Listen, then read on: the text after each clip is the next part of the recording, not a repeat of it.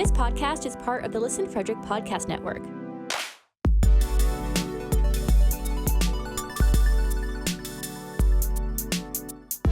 To learn more, visit listenfrederick.com.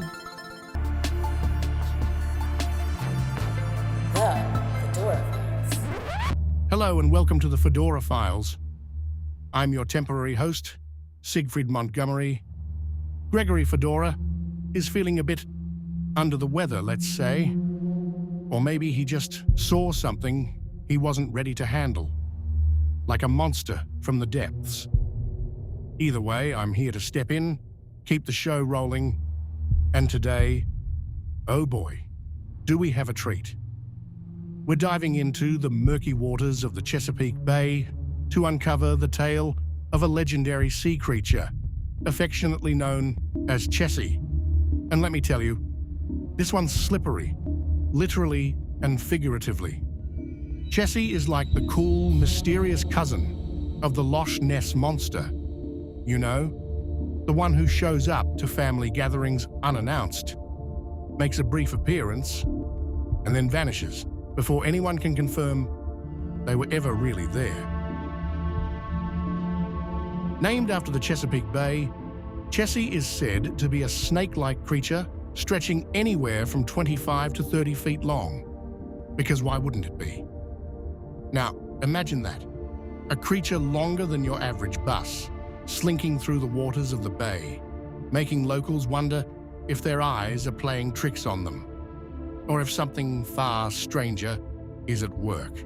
But Chessie's story didn't just pop out of nowhere. In fact, the earliest sighting, if we can call it that, was reported way back in 1936 by a military helicopter flying over Bush River. Now let's pause for a second. Did you catch that? 1936. Helicopter. Yes, I'm scratching my head too because helicopters weren't exactly buzzing around until 1939.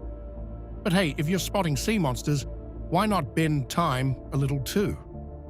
The helicopter crew claimed to have seen something reptilian and unknown in the water. And honestly, if I were flying in a chopper that technically didn't exist yet, I'd probably start seeing monsters too. Fast forward to 1943, when two perch fishermen near Baltimore had a run-in with the legendary beast. Francis Klarman and Edward J. Ward were minding their own business, trying to catch dinner, when they noticed something floating on the water. At first, they thought it was just debris. But then this debris turned its head. And not just any head, a head as big as a football. A football? Can you imagine fishing only to see a horse-sized football head turning around and giving you the stink eye? That's enough to make anyone rethink their fishing hobby. And the sightings didn't stop there. In 1978, Chessie made an appearance near Calvert Cliff State Park and again in the Potomac River. People were spotting this mysterious creature left and right, or at least they thought they were. But here's where the plot thickens. Like a good, chunky chowder. In 1980, Trudy Guthrie, a boater, made a sketch of what she believed was Chessie. Exciting, right? Well, hold on. That sketch turned out to be, drumroll please, a manatee. Yep, a manatee just minding its business, doing its manatee thing. Poor Chessie can't even get proper credit without some other sea creature stealing the spotlight. But wait, there's more. In 1982, Robert and Karen Frew videotaped something moving through the water near Kent Island. Their footage? A brownish object, undulating like an aquatic snake. This wasn't a manatee moment. This was Chessie, or so they claimed. The mystery kept building, with sightings happening all the way into the 1990s, and even as recently as 2014. So what's the deal with Chessie? Is it real? A figment of imagination? Or just a really elusive sea creature who enjoys making us look foolish? Bob Frew, one of those lucky few who caught Chessie on camera, still swears by what he saw. He describes it as a telephone pole that swims. Not your typical bedtime story, right?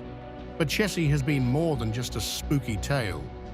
The 1980s saw Marylanders rallying around Chessie, connecting the creature with environmental awareness and even proposing state laws to protect it. Imagine that, protecting a sea monster. Whether you believe in Chessie or not, it's clear that this creature has wormed its way into the hearts and minds of many. And while we may never get a clear answer, there's something comforting about having a little mystery in our lives, isn't there? So next time you're by the Chesapeake Bay, take a moment to peer into those murky waters. You never know, Chessie might just be giving you a little wave, or, a manatee might. Either way, it makes for a good story. That's it for today's episode of the Fedora Files. I'm Sigfried Montgomery, signing off and wishing Gregory Fedora a speedy recovery from, whatever kept him from facing the monster today. Until next time, folks, keep your eyes peeled and your fishing rods ready. You never know what's lurking just beneath the surface.